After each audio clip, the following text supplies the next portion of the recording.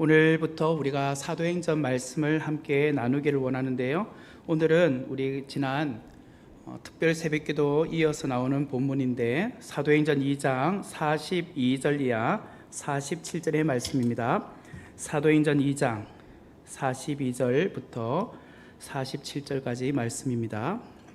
제가 봉독해 드리겠습니다. 그들이 사도의 가르침을 받아 서로 교제하고 떡을 떼며 오로지 기도하기를 힘쓰니라.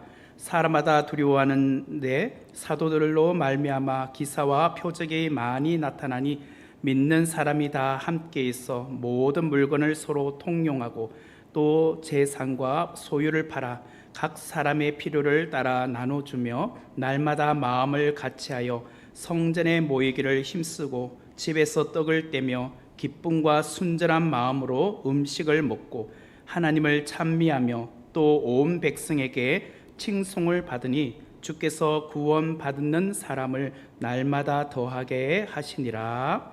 아멘. 오늘은 사도행전 4장 2절 이하 42절 이하 47절의 말씀을 중심으로 우리가 꿈꾸는 교회의 모습에 대하여 함께 귀한 은혜를 나누기를 원합니다. 오순절 성령 강림 사건을 통하여서 사도들은 성령의 능력을 받게 되었습니다. 이후 베드로의 설교는 너무나도 강력했습니다. 베드로의 설교를 듣는 사람들은 마치 스펀지가 물을 빨아들이듯이 그들은 말씀을 흡수하기 시작을 했습니다. 정말 그 말씀에 그대로 막 빨려 들어가는 것처럼 그들이 은혜를 받기 시작을 했습니다. 그리고 그 말씀을 듣고 그들은 회개하기 시작했고 결단하기 시작을 했습니다. 삶으로 실천해야겠다는 그런 다짐을 하게 되었습니다.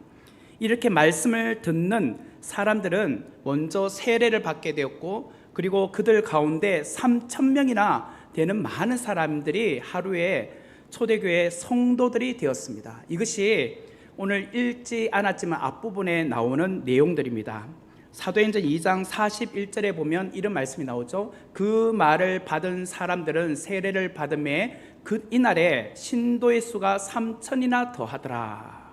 하루 만에 3,000명의 성도들이 회심을 했다.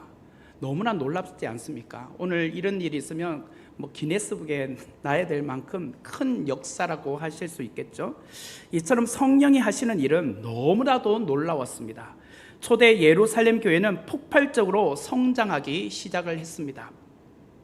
오늘날 많은 교회들은 초대 예루살렘 교회로 돌아가자라는 그런 슬로건을 걸고 많은 말들을 하지 않습니까? 저도 우리 선목교회가 초대 예루살렘과 같은 교회가 되었으면 하는 바람을 갖고 오늘부터 사도행전 말씀을 전하고자 합니다. 그런데 구체적으로 초대 예루살렘 교회가 어떤 교회의 모습을 보였기에 또 제대로 우리가 그것을 알아야지만 초대 예루살렘 교회로 돌아가는 것이 바로 이거구나 라는 것을 알지 않겠어요? 그래서 제가 오늘은 어떻게 하면 초대 예루살렘 교회가 이렇게 부흥할 수 있었을까, 그 모습들을 제가 하나씩 설명을 드리고자 합니다. 그래서 느헤미야서 강의를 마치고 오늘부터 제가 시간이 허락하는 대로 사도행전 말씀을 전하고자 합니다. 오늘 본문에 나오는 초대 예루살렘 교회에 보면은 4가지의 핵심 기둥이 있습니다. 4가지의 기둥이 있어요. 우리도 이 건물을 지을 때 보면 모서리로 이렇게 4개의 기둥을 두고 이제 석가래가 올라가고 지붕을 넣고 그렇게 건물을 지어 가지 않습니까? 그것처럼 4가지의 핵심적인 기둥이 있고 그로 인하여서 나타난 3가지의 아름다운 열매가 있습니다. 4가지 기둥 그리고 3가지 열매, 그것이 오늘 본문에 나타나는데 제가 그것을 설명드리겠습니다. 먼저 초대 예루살렘 교회의 4가지 핵심 기둥 중에 첫 번째가 무엇이냐? 사도들의 가르침이 있었다. 이걸 달리 말하면 말씀 선포가 있었다라는 거예요. 42절의 말씀을 보면 그들이 사도의 가르침을 받아 서로 교제하고 떡을 떼며 오로지 기도하기를 힘쓰니라. 여기 보니까 사도들의 가르침을 받아라고 되어 있어요. 42절 말씀에 보면 사도들이 역할이 나타나요. 사도들의 역할은 사도들은 가르쳤다라고 말씀을 하고 있죠.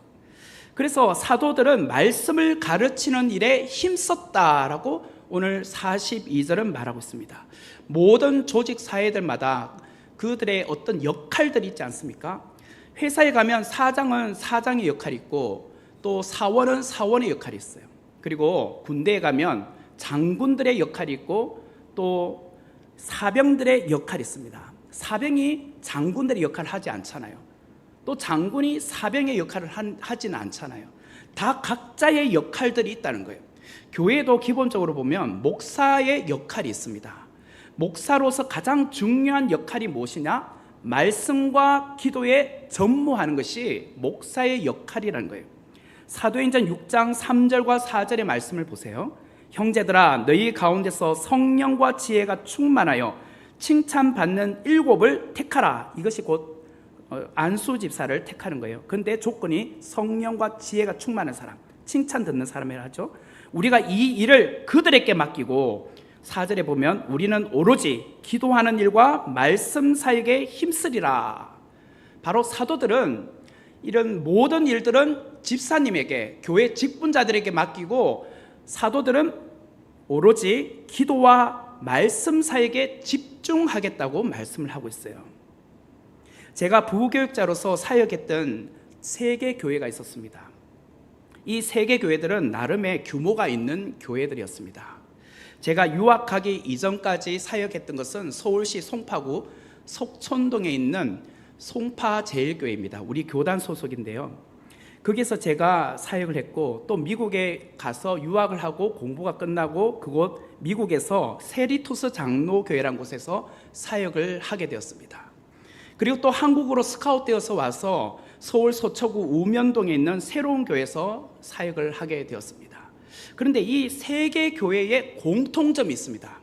그 3개 교회의 공통점은 담임 목사님의 말씀이 너무나도 탁월했다는 것이었어요. 목사님들의 설교가 주변의 모든 사람들에게 자자했어요. 목사님 설교가 좋다. 본인 교회 성도들도 그런 말을 했고 주변의 사람들도 그것 때문에 교회에 와서 등록하기 시작을 했어요. 새로운 교회 같은 경우는 여러분 아실 수도 있어요. 한옥 목사님이라고 한 달에 50명 이상씩 등록을 했어요. 세 가족이. 그처럼 많은 사람들이 들어오기 시작했던 거죠. 그러다 보니까 원근 각처에서 목사님의 그 설교를 듣기 위해서 교회에 와서 또 듣고 은혜 받으니까 등록하기 시작을 한 거죠. 교회에 다양한 프로그램이 있어야 되겠죠. 또한 자체 교회 건물도 중요합니다. 그런데 그런 것들은요 부차적인 거예요. 1차적으로 성도들이 설교 말씀을 듣고 교회를 정하게 됩니다. 또한 성도들도 본인이 다니는 교회의 담임 목사님의 말씀이 좋다, 은혜가 된다 라고 해야지만 자연스럽게 그것을 자랑스러워해서 다른 사람들에게 우리 교회 가자고 말하게 되죠. 이게 곧 전도잖아요. 저는 신학대학원에 들어가면서 간절함이 있었습니다. 다른 것에는 별로 욕심이 없었는데 여기에는 굉장히 간절함을 갖고 있었어요. 그게 뭐냐? 설교를 너무 잘하고 싶은 간절함이 있었어요. 그래서 정말 노력을 많이 했습니다. 다른 목사님들의 설교도 많이 들었습니다.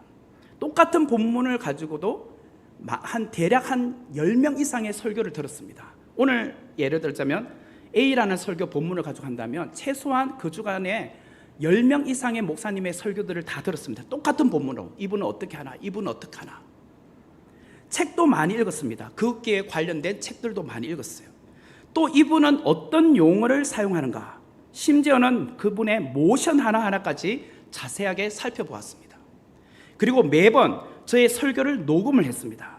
여러 차례 들으면서 제가 반복적으로 실수하고 있는 것, 그냥 쓸데없이 하는 행위들이 있잖아요. 말투.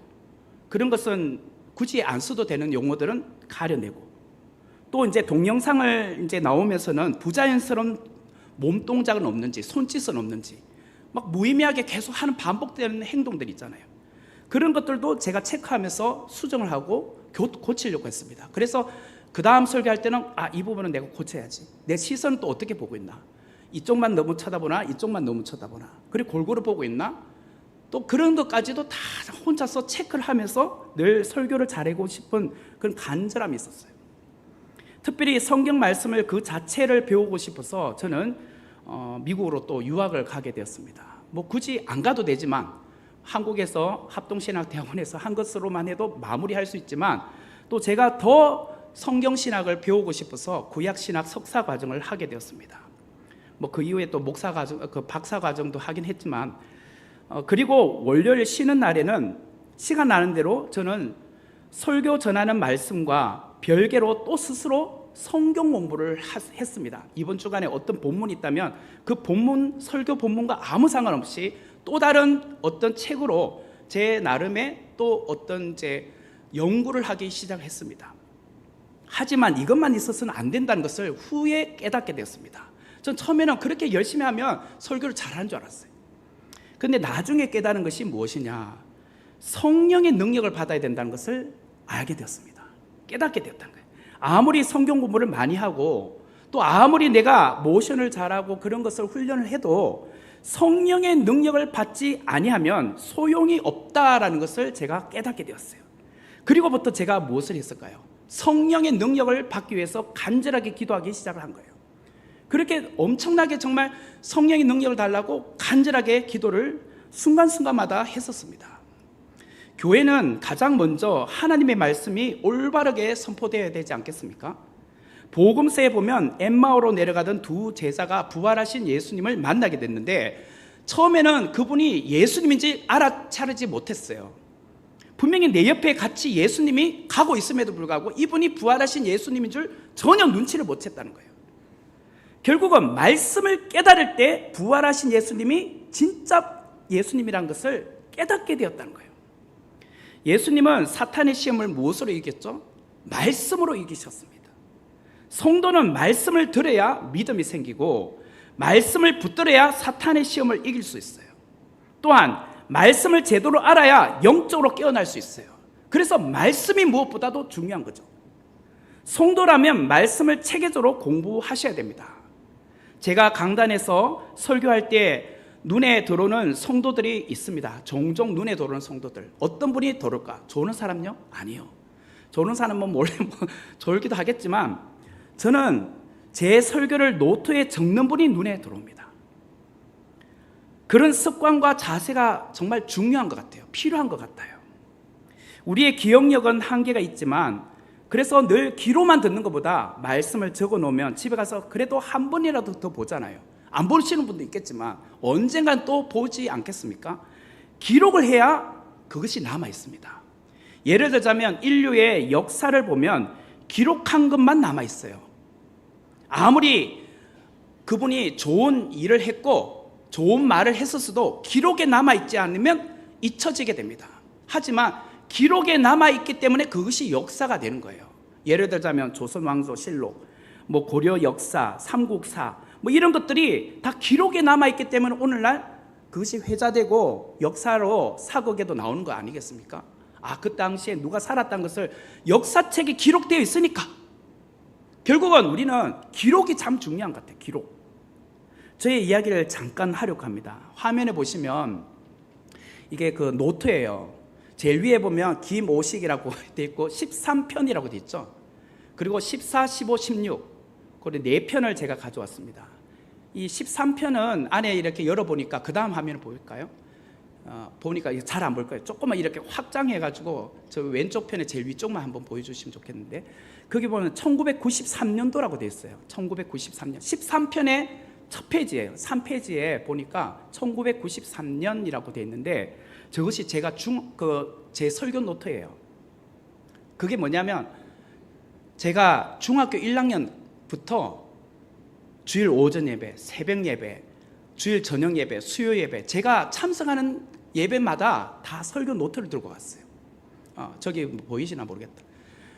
1993년이라고 제일 위에 3글자 있고 위에 보이죠? 거기 보면 개술년이라고 되어 있나요? 다개해라고 글자 보이실 거예요. 이게 93년도에 쓴 건데 제가 1983년도부터 설교 노트를 썼어요. 1983년 이게 이제 13편이에요. 제가 무슨 이야기를 하려고 하느냐면 제가 어디를 갈 때마다 늘 설교 노트를 들고 다녔어요. 그러면서 저희 아버지가 하든 누가 설교하든지 간에 중고등부는 또 교육자가 있을 거 아니에요. 그때마다 설교 노트를 다 적었어요. 그것을 제가 신학대학원에 갔을 때까지 그렇게 했었어요. 그러다 보니 수십 건 있어요. 그 설교 노트만 해도.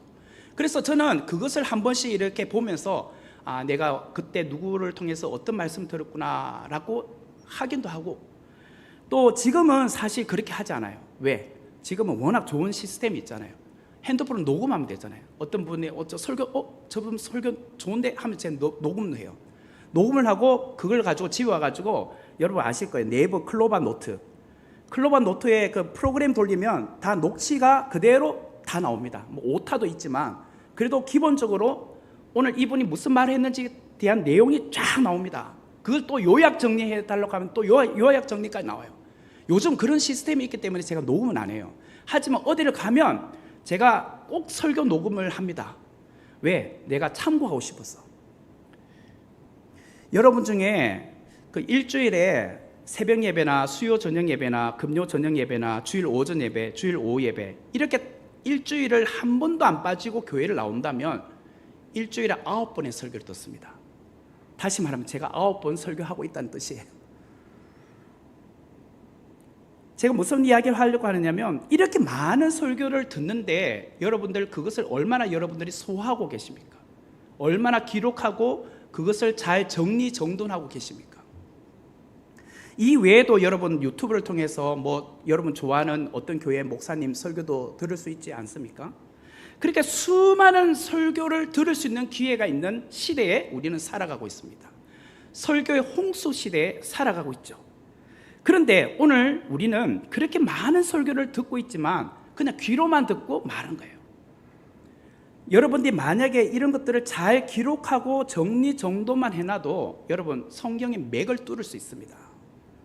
그러면서 스스로 또 연구하면 거기다 살을 붙여가면 여러분 성경에 대한 깊이 있게 되는 거죠. 현대인들이 바쁘다고 하지만 사실 우리가 말씀을 사모한다면 충분히 그 성경 말씀을 들으면서 공부가 돼요. 또 여러분들이 스스로가 그 말씀에 대해서 깊이 이해하기 시작을 하는 거죠. 그런 작업들을 안 하기 때문에요. 결국은 교회는 말씀의 가르침이 중요한 것이에요. 말씀의 가르침. 42절 말씀을 보면 사도들의 가르침을 받아라고 나오죠. 다시 말하면 목사는 성도들에게 말씀을 가르치는데 집중하라는 거예요. 말씀 연구와 가르침을 위하여 충분히 목사는 기도해야 되고, 또한 성령의 능력을 받아야 하는 것이죠. 그리고 성도는 그 영의 양식을 사모하여서 여러분들이 말씀을 들으셔야 돼요. 그리고 집에 가서 되새김질 하셔야 돼요. 이게 묵상이라고 하죠. 묵상. 그럴 때 여러분들의 신앙이 자라게 되어 있습니다. 결국 오늘 초대교회가 어떻게 해서 이렇게 내 기둥이 든든하게 됐는가? 첫 번째는 사도들의 가르침인 말씀을 잘 듣고 그 말씀을 내 것으로 소화했다는 거예요. 그러니까 교회가 든든히 세워져 갈 수 있게 되었고 성도들이 믿음이 성장하게 되었다는 거예요. 두 번째로 그 기둥이 무엇이냐? 서로 교제했다라는 거예요. 교제라는 것은 순모임이라고 할 수 있습니다. 42절의 말씀을 보면 그들이 사도의 가르침을 받아 서로 교제하고 라고 나옵니다. 교제하고. 이 교제란 말을 여러분 헬라어로 너무 많이 들어보셨을 거예요. 코이노니아라는 단어인데, 이 코이노니아라고 부르는 교제는 단순히 친목 모임이 아닙니다. 뭐 동창회 모임, 직장 모임, 어떤 목적을 두고 모이는 그런 모임을 말하는 것이 아니라 성도들이 말씀을 가지고 영적 교제하는 것을 오늘 교제라고 표현하고 있습니다. 우리 선목교회로 말하면 순예배 모임을 가리킵니다. 소그룹 모임. 순모임은 세상의 모임과 분명히 다르죠. 교회에서 서로 교제하는 것은 은혜라는 공통 분모를 가지고 나누는 것입니다. 같은 은혜를 받은 사람들끼리 지난 주일 목사님께서 전하여 주신 말씀을 가지고 나누는 것이에요. 이것이 순예배 모임이잖아요. 여러분들이 지난 주일 은혜 받은 말씀을 가지고 한 주간 세상에서 살면서 내가 이 말씀을 가지고 어떻게 살아냈다, 어떻게 실천하고 있다, 이것을 가지고 여러분들이 오늘 나누셨고 또 이번 주일날 성도들과 함께 나누잖아요. 거기는 반드시 무엇이 들어갈까요? 간증이 들어갑니다. 간증. 여러분 한 주간 살면서 나는 지난 주일 목사님이 말씀 전해준 거 서로 사랑하라 했잖아. 끝까지 사랑하셨다라고 하는 요한복음 13장 말씀 있죠. 그것을 내가 어떻게 살아냈는지, 어디에서 누군가에게 실천해 봤는지 그걸 간증하는 거 아니겠어요? 여러분 성경 지식은 우리가 다 알잖아요. 그것을 여러분들이 나누는 거잖아요. 하나님께서 최근 내 삶에 어떤 일을 행하셨는지, 지난주 말씀을 듣고 어떤 도전을 받았고 어떤 결심을 하게 되었는지. 그런데 순모임에 말씀을 서로 나누는 것이 아니라 운동 이야기, 유행하는 영화나 드라마 이야기, 정치 이야기를 하고 있다면 여러분들 지금 순예배 그 나눔, 교제를 엉뚱하게 하고 있는 거예요. 잘못하고 있는 겁니다.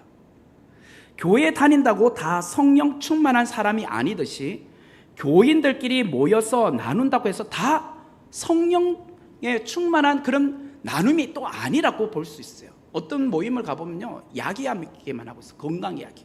니 무슨 약 먹니? 난 이런 약 먹어. 이런 약이 더 좋대. 살 빼기에는 이런 약이 좋대. 뭐 어디에는 관절에는 이런 약이 좋대. 그런 이야기만 하고 있으면 그게 무슨 거룩한 모임이겠습니까? 그럴 때는 구약과 신약의 이야기해야죠. 약, 똑같은 약이지만. 성도들이 순 모임에서 세상의 잣대로 나누고 있다면 결국 그 교제 안에는 상처받는 사람이 생깁니다. 시험에 드는 순이 분명히 생기게 되어 있습니다. 그래서 순 모임은 말씀과 기도를 중심으로 모여야 되고 그 말씀과 기도를 중심으로 나누셔야 돼요. 그리고 함부로 남을 비판하거나 부정적이거나 불평하는 말을 하면 안 되는 것이 순예배 모임이에요. 또한 성도들 중에는 순에 소속되는 것을 꺼려하는 분들도 있습니다. 신약 성경에 나오는 교회들 보세요. 그리스도인이 된다라는 뜻은 홀로 신앙생활을 한다라는 뜻이 아닙니다. 그리스도인이 된다는 것은 내가 교회의 공동체 안으로 들어간다는 뜻이에요. 나 스스로 그냥 교회 안 다니면서 가난한 성도로 살겠다, 이것이 그리스도인이 된다라는 뜻이 아니에요. 절대로 홀로는 완전한 신앙생활을 할 수 없습니다. 주님은 우리에게 교회라는 공동체를 주셨어요. 왜? 이 교회 안에서 좋은 믿음의 신앙의 모델들이 있잖아요. 그분을 보면서 내가 신앙적으로 도전받고 배우고 영향력을 받으라고. 또 그 모임을 통해서 여러분 어려움을 있으면 나누고 기도제물 나누잖아요. 그것을 통해서 우리의 신앙도 함께 성장하는 거 아니겠습니까? 피상적인 교제가 아니라 성도 간의 깊이 있는 교제 안으로 여러분들 자신을 오픈하라는 거예요. 순 예배는 드리는데 전혀 나는 오픈하지 않는다. 그러면 그거는 또 피상적인 모임 나눔이 될 수밖에 없어요. 함께 기뻐하고 함께 울어주는 공동체는 나를 솔직하게 내려놓고 보여주고 말해줘야 돼요. 그럴 때 또 다른 사람들은 그 비밀을 또 유지해 줘야 돼요. 그래야지 건강한 공동체, 건강한 순이 되겠죠. 우리 선목교회 안에 이런 성도 간의 진솔한 나눔의 교제가 있기를 원해요. 이것이 두 번째 기둥이에요. 오늘 초대교회의 그런 건강하게 자란 모습. 세 번째는 떡을 떼며 라고 나와. 떡을 뗀다는 것은 성찬을 말하는데 42절에 보면 그들이 사도의 가르침을 받아 서로 교제하고 떡을 떼며, 이 떡을 뗀다 성만찬이라고 말씀드렸어요. 교회가 성만찬을 시행하는 이유가 뭘까요? 그것은 주님이 우리에게 주시는 영적 메시지가 있기 때문이다 라는 거예요. 우리는 십자가 사건을 목격하지 못했죠. 이미 2000년 전에 예수님께서 십자가에 달려 돌아가셨고 그때 우리는 현장에 없었습니다. 하지만 성만찬에 참여함으로 말미암아 살과 피를 십자가에 들이신 주님의 한없는 사랑을 우리가 직접 경험할 수 있는 거예요. 느낄 수 있는 거예요. 성만찬을 통해서 우리가 느낄 수 있다는 거예요. 그래서 성만찬은 주님의 피로 세우신 새로운 언약이 담겨져 있는 것이고, 또한 주님의 십자가 사랑에 감격해 하는 우리의 감사를 담아내는 것이 바로 성만찬이라는 것이에요. 결국은 하나님께서 주신 은혜 중에 최고의 은혜가 뭔가? 그것은 주님을 주신 십자가, 바로 그 사랑을 우리가 만찬, 성만찬을 통해서 느끼는 거예요. 경험하는 거예요. 그렇기 때문에 성만찬이 중요한 것이죠. 교회는 주님의 십자가의 사랑을 늘 기억하고 살아야 돼요. 그 사랑을 잊어버리면 결국은 우리의 신앙은 죽는 거예요. 병드는 거죠. 교회를 이끌어가는 힘은요, 예수 그리스도의 십자가 사랑이 있어요. 그 십자가 사랑을 내가 누리고 있다라는 것을 알면은 우리는 힘을 얻을 수 있는 거죠. 네 번째로 교회의 기둥은 기도입니다. 기도. 42절 뒷부분에 보면 그들이 사도의 가르침을 받아 서로 교제하고 떡을 떼며 오로지 기도하기를 힘씁니다. 기도하기를 이라는 할 때 여기서 기도라는 것은 개인 기도가 아닙니다. 공동체 기도. 공동체가 함께 합심하여 하는 기도. 우리가 금요 저녁 예배 때나 새벽 예배 때도 공통적으로 함께 나누는 기도 제목이 있잖아요. 그런 기도를 말해요. 우리는 개인 기도를 참 열심히는 하는데 때로는 공통적으로 함께하는 기도에는 늘 소홀할 때가 많아요. 근데 오늘 우리가 초대 예루살렘 교회가 어떻게 하면 이렇게 건강하게 세워질 수 있었느냐? 그들은 교인들 안에 합심해서 기도해야 될 기도 제목들 있잖아요. 어떤 분이 아프다 하면 우리가 그분을 위해서 합심해서 기도하고, 어떤 분에게 어떤 문제가 있다라고 하면 그 문제를 놓고 합심하여 기도하고, 그것이 필요했다는 거예요. 그렇게 했던 공동체가 바로 초대 예루살렘 교회였다는 거예요. 그래서 성도들은 혼자 끙끙 앓고 고민하고 있지 말아야 돼요. 여러분, 혼자서 기도하는 것도 중요하지만 여러분의 공동체에게 순회 나누셔서 내 혼자서도 기도할 수 있지만 함께 합심해서 기도해달라고 하세요. 두세 사람이 모인 곳에서 하나님께서 더 함께 하시잖아요. 그 기도를 응답해 준다고 했잖아요. 여러분, 우리 대한민국 정서는 늘 보면 나 이걸 어떻게 남한테 나누어? 아유, 이걸 또 나누면 또 그 사람이 나를 어떻게 생각할까? 그런 생각하지 마시고 그냥 나누세요. 나누셔서 하나님께서 우리에게 합심하여 기도할 수 있고, 그걸 통해서 기도가 응답되면 하나님께서 더 영광 받지 않겠습니까? 초대교회가 무엇으로 탄생했죠? 기도로 탄생했습니다. 120명의 성도들이 마가의 다락방에서 함께 모여서 합심하여 기도했잖아요. 그랬더니 10여일 만에 오순절 성령 강림 체험을 하게 됐잖아요. 기도를 통해서 초대 예루살렘 교회가 탄생이 되었습니다. 그렇다면 우리가 잊지 말아야 될 것은 교회는 돈으로 세우는 것이 아닙니다. 어떤 사람의 어떤 재력으로 인해서 교회가 세워진 것이 아닙니다. 교회는 기도로 세워지고 있습니다. 기도로 세운 거예요. 초대교회는 기도가 중심에 있었어요. 120명의 성도들이 전심으로 기도했더니 성령을 받았다. 교회가 여러 사역을 해야 되겠죠. 교회는 또 중직자도 세워야겠죠. 그런데 기도를 통하여 여러 가지 사역을 하게 되고, 기도를 통하여 중직자를 세우게 되는 것입니다.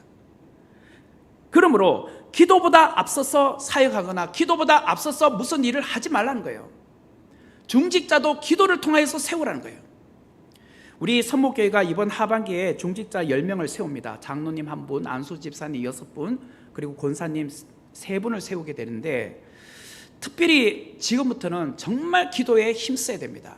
특별히 피택 중직자들은 반드시 기도를 하셔야 됩니다. 누구보다도 기도 없이 우리가 하나님 일을 할 수 없기 때문이죠. 기도는 교회의 많은 프로그램 중에 하나가 아닙니다. 어떤 프로그램 중에 기도도 한 일부분이라고 생각하시면 안 됩니다. 기도는 그 모든 것의 중심에 있습니다. 기도가 핵심이에요. 성령이 역사하는 교회의 특징은 기도가 강력했어요. 우리 선목교회가 아직 아쉬운 것이 있다라고 말씀하신 분이 계셨습니다. 그래요. 기도가 조금 힘이 없다, 좀 부르짖는 기도가 약하다, 그런 부분도 있죠. 그래서 오늘부터 우리가 조금 기도할 때 여러분 남을 의식하지 말고 그냥 크게 그냥 기도하십시오. 주야라고도 부르시고, 옆에서 무슨 말하든지 방언하셔도 아무 상관없습니다. 옆에 무슨 말하는지 어떻게 알아듣습니까? 저도 못 알아듣는데요. 여러분 그냥 강하게 그냥 하나님 앞에 부르짖으세요. 그런 기도가 불같이 일어나는 우리 선목교회가 되길 바라요. 42절의 끝에 보면 힘쓰니라 라고 되어 있잖아요. 힘쓰니라. 이거는 오로지 기도에 힘쓰니라, 기도에만 걸려있는 단어가 아니라 4가지 기둥에 걸려 있어요. 첫 번째는 사도의 가르침을 받는 데 힘썼고, 서로 교제하는 데, 순예배 드리는 데 힘썼고, 떡을 떼는 데, 성찬에도 힘썼고, 오로지 기도하는 데도 힘썼다, 이 말이에요. 이렇게 할 때 교회가요 다시 일어나더라는 거예요. 오늘 우리 선목교회가 다시 일어나야 되지 않겠습니까? 그러려면 저는 부족하지만 여러분들에게 말씀을 잘 가르쳐야겠죠.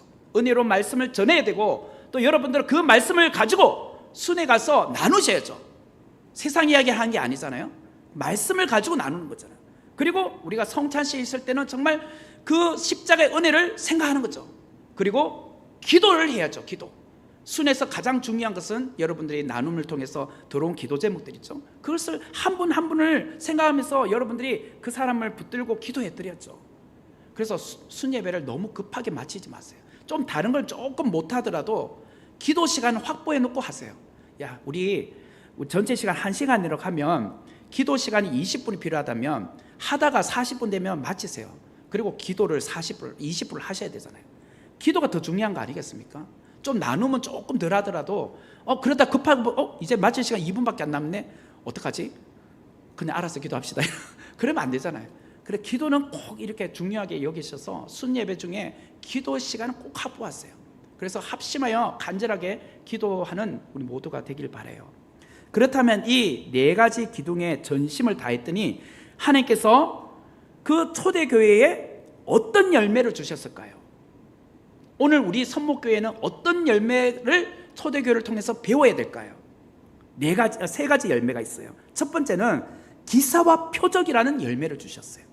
43절에 보면 사람마다 두려워하는데 사도들로 말미암아 기사와 표적이 많이 나타나니, 기사와 표적이 많이 나타났다. 오늘날 현대 교회의 서글픔은 기적이 많지 않다라는 것이겠죠. 어쩌면 우리 스스로가 오늘 이 시대에 초대 교회처럼 기사와 표적에 대해서 제한해 놓은지도 몰라요. 우리 스스로가 오늘날 뭐 그런 기사와 표적이 일어나나? 그거는 성경 시대 때 그랬지 라고 우리는 제한적으로 생각할 때가 많아요. 마치 베드로가 지체장애인 안전뱅이를 일으켰잖아요. 은과 금은 내게 없거니와 내게 있는 것으로 네게 주노니 곧 나사렛 예수 그리스도의 이름으로 일어나 걸으라 라고 했을 때 벌떡 그 안전뱅이가 일어났고, 오늘 새벽 예배 보면 베드로가 죽었던 다비다를 가리켜서 다비다야 일어나라 라고 했던 죽었던 다비다가 벌떡 일어났잖아요. 제가 만약에 그렇게 여기서 해가지고 벌떡벌떡 일어나면 얼마나 좋겠습니까? 그러면 분명히 우리 선목교회는 소문난 교회가 되어서 우리 교회는 금방 5,000명이 넘을 것 같아요. 그렇지만 그러다 보니까 우리는 기사와 표적이 안 나타나니까 오늘 이 시대는 그런 기사와 표적이 없는가 보다, 기적은 안 일어나는가 보다, 이거는 성경시대 이야기인가 보다 라고 제한적으로 생각하기 쉬워요. 그런데 꼭 그런 것들만 있어야지만 기사와 표적입니까? 죽었던 사람이 살아나고 안전병기가 일어나야지만 기사와 표적이 일어나는 것입니까? 아니죠. 제가 한번 예를 들어볼게요. 술과 담배와 도박을 끊임없이 하는 사람이 있다고 합시다. 술 중독, 또 도박 중독에 빠져가지고 그게 정말 벗어나지 못하는 우리 남편, 우리 자식, 또 누군가 있다고 합시다. 그런데 그분에게 지금 예수 그리스도의 성령이 부어짐으로 말미암아 그 사람이 술을 끊었습니다. 담배를 끊었습니다. 도박을 끊었습니다. 한순간 다 끊었어요. 이거는 기적 아닙니까? 왜 우리는 사람이 일어나야지만 기적이라고 생각해요? 아니죠. 우리 이 앞에도 계시죠. 성종 집사님 파트가 일어났잖아요. 술 끊었잖아요. 술.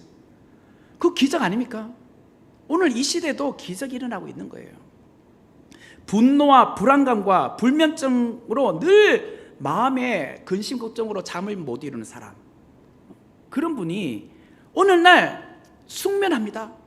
기쁨과 평안으로 인생을 살아가고 있어요. 그러면 그건 기적 아닙니까? 기적이죠. 설교 내내 졸았던 사람이 어느 순간부터 안 졸아. 이제 말씀이 들어오기 시작해. 또리또리하게 막 말씀이 기억나고 집에 가더니 목사님 말씀했는 걸 줄줄줄 엮어내서 설명을 하네. 분명히 그전에는 늘 옆에서 돌아가지고 민망스럽잖아요. 여보 좀 제발 자지 마. 그런데도 집에 오면 무슨 말인지 하나도 기억 못해. 근데 어느 날부터는 잠을 안 자요. 그럼 기적 아닙니까 그거? 기적이죠. 뭐 그냥 안전병에 일어나야지만 기적입니까? 부서진 가정이 회복되고 집을 나갔던 자식이 돌아왔다. 이건 기적 아닙니까? 그것도 기적이죠. 이처럼 하나님은 오늘 우리에게도 기적을 일으키고 계시다는 거예요. 병마에서 회복되는 것도 기적이지만 우리의 어떤 상태에서 회복되는 것도 기적이란 거예요. 이러한 기적과 표적이 무엇을 통해 일어났다고요? 교회의 핵심 4가지 기둥, 말씀, 순모임, 성찬, 기도에 힘쓸 때 일어나게 되더란 거예요. 두 번째로 서로를 향한 아낌없는 사랑의 나눔이 있는 열매가 드러나더라고요. 사랑의 나눔.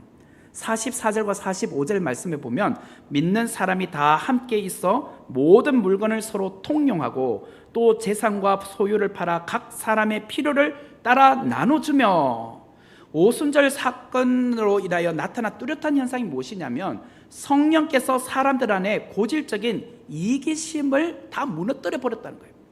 그전에는 물질이 나에 있어서 가장 소중한 것이었어요. 그 소유욕을 내려놓지 못했어요. 근데 성령님이 그 안에 역사하기 시작하니까 이런 물질에 대한 욕심, 물질에 대한 욕망을 내려놓더라는 거예요. 오늘 우리는 어떤가요? 물질에 대한 애착과 욕심을 아직도 내려놓지 못하고 있다, 꽉 붙들고 있다. 그러면 오늘 우리 안에 아직도 그 물질이 우상인 겁니다. 나도 살기 버거운데 어떻게 타인을 돌봐주며 또 어떻게 도와줘라는 그런 마음의 여유가 없다면 오늘 그 사람 역시 아직도 성령의 은혜가 부어지지 않는 것이죠. 제가 주일 오후 예배 2번에 걸쳐서 야고보서 5장 1절부터 6절의 말씀, 들으라 부유한 자들아에 대해서 말씀을 드렸잖아요. 그 부자들이 잘못한 부분에 대해서 제가 지적을 하며 말씀을 드린 것처럼 오늘 우리에게 정말 필요한 것이 하나님의 은혜가 부어지면 나눔이 되더라고요. 사랑의 나눔이 실천이 되더라고요. 화면에 보시면 감리교회 창시자인 존 웨슬리가 이런 말씀을 했습니다. 나는 주머니가 회개하지 않는 사람의 회개를 믿을 수 없다. 주머니가 회개한 사람이 진짜 회개한 사람이에요. 종교개혁가 마틴 루터는 이런 말을 했습니다. 진정한 회심에는 3가지가 필요한데 첫 번째는 마음의 회심, 두 번째는 정신의 회심, 세 번째는 돈 지갑의 회심. 돈 지갑에도 회심이 있대요. 예, 여러분 주위에 얼마나 여러분 지갑을 여십니까? 뭘 할 때마다 막 뒤에서 천천히 나오시고 이렇게 내는 것에 대해서 아까워하시고 그러지 마시고 한 번쯤은 그래도 먼저 나가서 결제도 한번 해보시고 한 번쯤은 또 커피 쿠폰도 한번 쏴보시고 그러면 얼마나 좋을까요? 오늘 그 이야기를 하잖아요. 주머니가 회개야 진짜 회개다. 우리 초대교회가 바로 두 번째 이 아름다운 열매가 어디서 나왔을까요? 물질에 대해서 욕심을 내려놓으니까 사랑의 나눔이 되더란 거예요. 세 번째로 날마다 모이고 또한 식탁 교제를 하게 되더란 거예요. 46절 말씀을 보면 날마다 마음을 같이하여 성전에 모이기를 힘쓰고 집에서 떡을 떼며 기쁨과 순전한 마음으로 음식을 먹고. 초대 예루살렘 교회는 성도들이 은혜를 받으니까 날마다 성전에 나오는 것을 힘썼대요. 누가 강요해서 나온 것이 아닙니다. 야 교회 좀 나와 라고 해서 나온 것이 아니라 주중에도 있잖아요. 자발적으로 막 좋아서 교회 나오는 거예요. 괜히 교회 나와가지고 선목 카페에 앉아가지고 커피 마시는 거예요. 또 교회 안에 와서 이곳저곳 다니면서 또 뭐 휴지가 있으면 줍고 또 기도하고 가고 뭐 어떤 모임이 따로 있어서 그런 게 아니라 그냥 교회가 하나님의 집이자 아버지 집이자 너무 좋은 거예요. 그냥 마음이 편하고. 그래서 지나가다가도 그냥 집으로 바로 가도 되지만 한 번 이렇게 교회를 둘러서 가면서 이렇게 한 번씩 들어와서 기도도 하고 가고. 이제 번호키 있잖아요 저쪽. 그냥 그래 들어오시면 됩니다. 너무 걱정하지 마시고 열쇠 꽉 안 잠가 놓을 테니까 들어오셔요. 제가 없어도 들어오시면 되잖아요. 과거에 비해 오늘날은 주중에 모이는 것이 사람들 사이에 다 부담스러워하는 것 같아요. 오죽하면 이런 말씀 드려서 정말 죄송하지만 순예배도 주일날 드릴까요? 사실 순예배는 주일보다는 주중에 드리라고 있는 것이거든요. 근데 어느 날부터 이제는 주일날로 다 몰아져 가고 있어요. 야, 주일 나왔을 때 한 방에 한 번에 순예배도 드리고 주일날 나온 김에 교회 사역도 그때 다 하고 주중에는 그냥 교회랑 발걸었고 그냥 전혀 교회를 안 나오다가 주일 딱 한 번 나와요. 그때 또 열심히 해요. 순예배도 열심히 드리고 내가 해야 될 사역도 열심히 해요. 근데 주중에는 전혀 교회랑 아무 상관없이 교회 한 번도 발걸음을 안 하는 분들도 있죠. 제가 최근에 송월교회에 무슨 일이 있어서 간 적이 있습니다.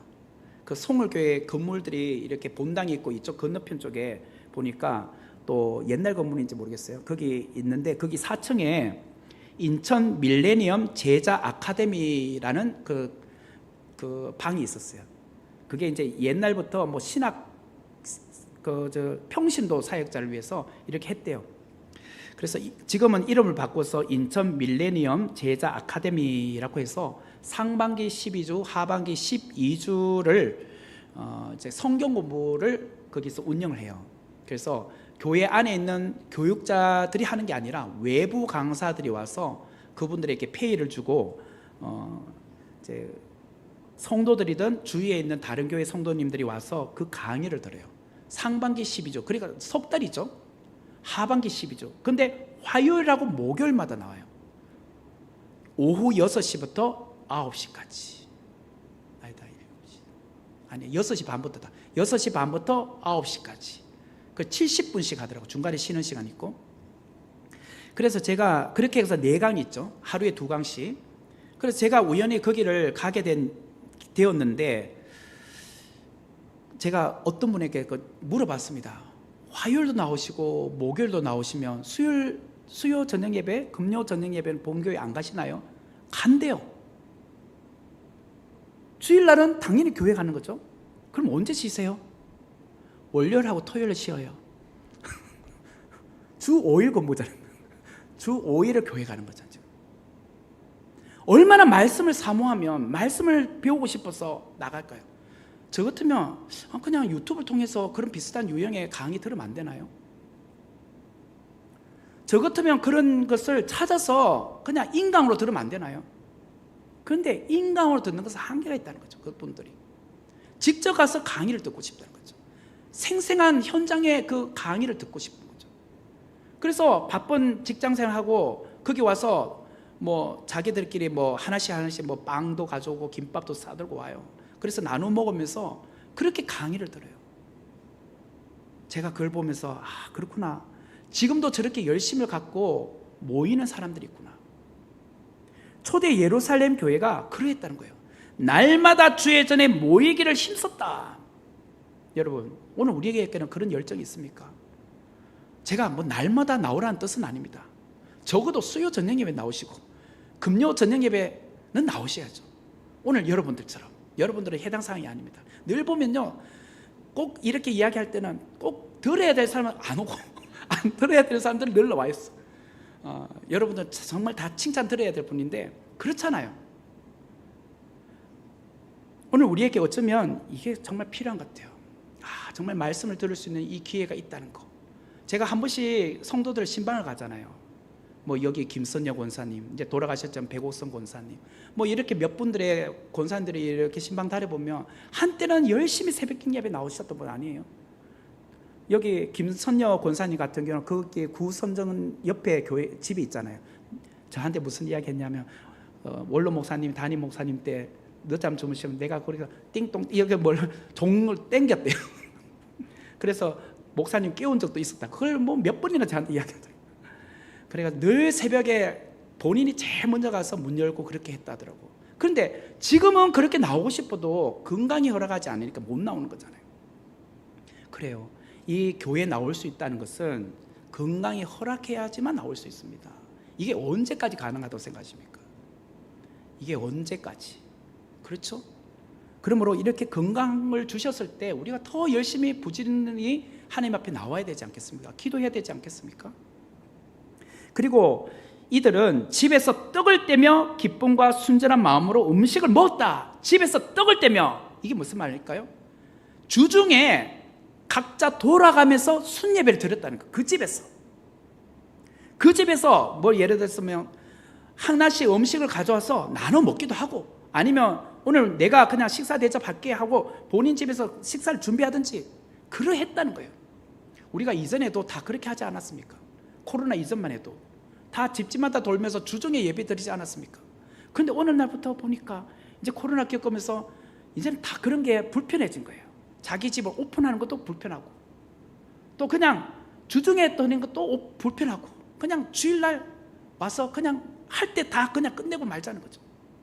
원래 이게 원칙이 아니잖아요. 날마다 주의 전에 모이기를 힘썼다. 이거는 주중에는 순예배 드리러 가고, 또 수요 예배도 나오고, 금요 예배도 나오고, 또 더 특심이 있으신 분은 새벽 예배도 나오고, 그렇게 해서 늘 열심으로 하니까 하나님께서 그 초대교회를 부흥하지 않아 해줄 수밖에 없잖아요. 이게 열매들이었다는 거예요. 열매들.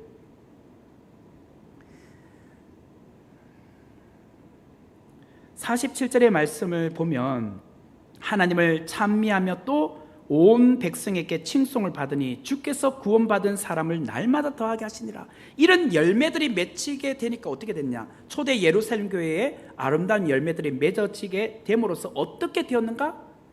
교회가 구원받은 성도들이 들어오기 시작했다는 거예요. 그것이 47절 끝에 나오죠. 주께서 구원받은 사람을 날마다 더하게 하셨다. 그들은 하나님을 찬미하며, 하나님을 찬미했다는 것은 예배 공동체가 되었다. 그리고 온 백성에게 칭송을 받았다라는 것은 교회가 세상 사람들로부터 칭찬을 받게 되었다. 우리 성도들끼리 서로 좋아하면 뭐합니까? 우리 성도들끼리 서로 칭찬해주면 뭐합니까? 그것도 필요하지만 세상 사람들이 우리 선목교회를 좋은 교회야, 세상 사람들이 우리 선목교회 교우들을 보면서 정말 좋은 성도들이야 라고 해주는 것이 더 좋잖아요. 더 중요하잖아요.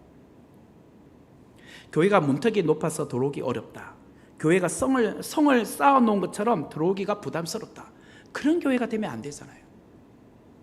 세상 사람들이 볼 때 교회 성도들의 모습을 보면서 따뜻한 사랑이 느껴지고, 그래서 언제든지 교회 안에 들어가고 싶은 마음, 나도 저 교회에 들어가서 한 가족이 되었으면, 한 공동체 일원이 되고 싶다, 그런 마음이 생겨야 되지 않겠습니까?